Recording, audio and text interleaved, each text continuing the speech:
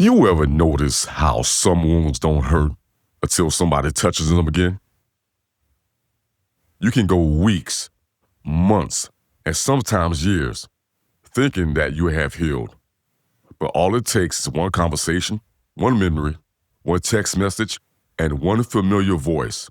And suddenly, your whole emotional system reacts. And not because the wound was fresh, but because it was covered instead of cleaned. And that's the dangerous thing about emotional pain. A lot of us have become experts at covering wounds that still need treatment. Welcome to Articulated Illustration, where we see things from unusual angles. I'm your host, Dwane Richardson Sr., and this podcast is sponsored by me. But if you want to invest in purpose and build something together, let's make it happen. And today, we're talking about Neosporin. Not just the ointment, but the idea behind it. Because some people heal correctly, and some people just learn how to function. Word of the day. Antiseptic, something designed to prevent infection. And that's interesting to me, because physical wounds aren't the only things that can become infected. Bitterness can affect you, resentment can affect you, and unforgiveness can affect you. Also, humiliation can affect you. And we all know that rejection can affect us. But if emotional wounds stay open too long, everything starts contaminating them. Most people know too well how to hide pain, but very few people know how to heal from it. Some people smile over wounds, joke over wounds, and work over wounds, sleep around over wounds, spend money over wounds, stay busy over wounds. But underneath all that movement, the injury is still there. And that's why certain people overreact to small situations. You're not touching today's issue. You touch yesterday's wound. Neosporin is very interesting because before it protects, it cleans. And that's the part people avoid emotionally. Cleaning hurts. Honesty hurts. Accountability hurts. Reflection also hurts. And admitting that you were wrong hurts. Admitting that they hurt you, that hurts. But a lot of us want bandages without disinfection, and it doesn't work like that. We want protection without processing, relief without examination. Some people keep reopening emotional wounds by revisiting the very environments that injured them. It's like picking a scab every single day and wondering why you are still bleeding. Some people are addicted to familiar pain because familiar pain feels predictable. And even toxic environments can become comfortable when your nervous system gets used to surviving them. And eventually, chaos starts feeling normal. And we know that's not normal. Imagine somebody cutting their arm, and instead of cleaning the wound, they just keep wrapping new band-aids around it every single day after day, layer after layer. Now, from a distance, it looks treated, but underneath, infection is spreading rapidly. And that's how some people live emotionally, layered in distractions, layered in coping mechanisms, and layered in fake smiles. We get layered in avoidance. But underneath all of those layers, something is still rotten emotionally. And sometimes the people we run to for healing, they become emotional painkillers instead of medicine. Temporary relief, temporary numbness, temporary comfort. And sometimes you weren't the wound. You were the actual Neosporin. You were the thing that they reached out for when life cut them open. You were the comfort, the patience, and the listening ear. The late night phone call, the safe space, the emotional bandage. You know, the thing helping them stop bleeding internally. But here's the painful part. Some people don't honor the medicine once the wound starts closing. They use your presence while they are hurting, and then they discard you when they feel whole again. And that kind of pain is totally different because now you're sitting there wondering, was I loved?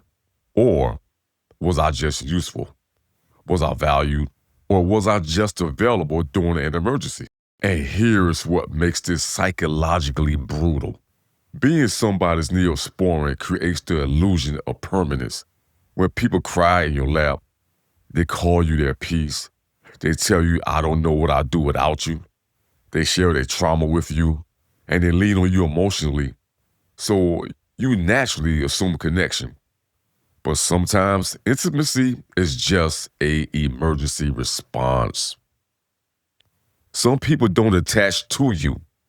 They attach to the relief that you provide. And once the pain decreases, their appreciation decreases also. Is it fair? Of course not. That's why some people swear they love you during their darkest season. Then they slowly disappear once they stabilize emotionally. And not because you are worthless, but because your role in their life was tied to survival. You became associated with recovery instead of identity. And you became the emotional hospital, the rehab center, the emotional oxygen mask.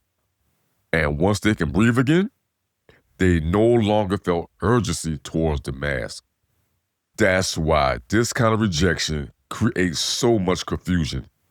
Because if somebody mistreats you from the very beginning, at least the pain is honest. But when somebody depends on you emotionally, leans on you, and calls you their peace, but then disappears once they are functional again, you start questioning reality itself. And also you start questioning your worth. You replay conversations, replay memories, replay moments, and you're trying to figure out if any of it was real. But here's the very uncomfortable truth. The emotions, they probably were real. But real emotion does not always equal permanent intention. Some people genuinely love what you do for them. Some people really love what you do for their nervous system. And that doesn't mean that they're prepared to love you long term. Wounded people often confuse relief with compatibility. And that's why rebound relationships feel so powerful. And that's also why trauma bonds feel so intense. That's why emotionally unavailable people become deeply attached during moments of crisis. Pain creates urgency, and urgency can imitate death. But once stability returns, guess what? Clarity also returns. And sometimes clarity reveals they were attached to the healing. And if you're not careful, this kind of experience can make you real cynical. You stop opening up. You stop being nurturing. You stop helping. Because now you associate kindness with abandonment. And eventually you start thinking, the more I help people heal, the more likely they are to leave me. And we should never feel that way. And honestly, for some people, that pattern has repeated itself, especially for people who naturally carry emotional weight real good. Empaths, listeners, fixers, nurturers, people with calming energy, people who know how to regulate chaos. You become attractive to emotionally bleeding people because your presence itself feels like relief. But relief and reciprocity are not the same thing, my illustrators. Some people will drink from your emotional well without ever intending to help refill it. And that's why discernment matters so much. Because love should not feel like being emotionally rented. And you also have to be careful not to build your identity around being needed. And that's another hidden trap. And that's a lesson for another day. Sometimes we enjoy being a healer because healing people gives us purpose. It makes us feel chosen, valuable, necessary. So when they finally stop needing us, we feel discarded emotionally, like trash. And not just relationally, because if your identity became attached to rescuing wounded people, their departure can feel like your purpose left too. And this is why this is so devastating. And that's why some people repeatedly attract broken individuals, not because they cursed, but because subconsciously they became addicted to being somebody's medicine. But medicine constantly poured out eventually empties the bottle. And eventually even Neosporin runs out if everybody keeps squeezing the tube. But painkillers do not heal injuries. They just silence the symptoms. And that's why some relationships feel so good at the very beginning, but leave you worse in the long term. Because they numb wounds they never help you confront. They never help you unpack the baggage. Healing also requires exposure, air, time, attention, care. And that's difficult in the world where everybody wants fast emotional recovery.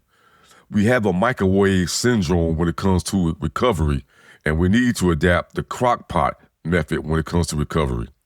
So people want healing by Friday. We want growth by Monday, and we want transformation in 30 seconds. That's not how it works. Because real healing is ugly sometimes, people. Slow sometimes. Frustrating sometimes. But necessary. Some wounds don't need covering. They need cleaning. Some people aren't weak because they are hurting. They're exhausted from pretending that they don't. And maybe your next level in life isn't hidden behind achievement. Maybe it's hidden behind healing correctly. Healing is a journey, and it's going to take time. It's not going to happen overnight, and you're not going to forget what caused your injury. But in due time, with the right ointment, the right medicine, you will overcome this. So if this episode made you think, reflect, or look at your own life differently, share this with somebody who may need to hear it. And if you are on YouTube, please make sure you subscribe and comment. And if you're listening on audio platforms, please don't forget to download the episode. Always remember to do what's absolutely necessary every day and keep illustrating your life. Why? Because it's your dream, your vision. Keep the pen in your hand. And until the next illustration, we'll talk later.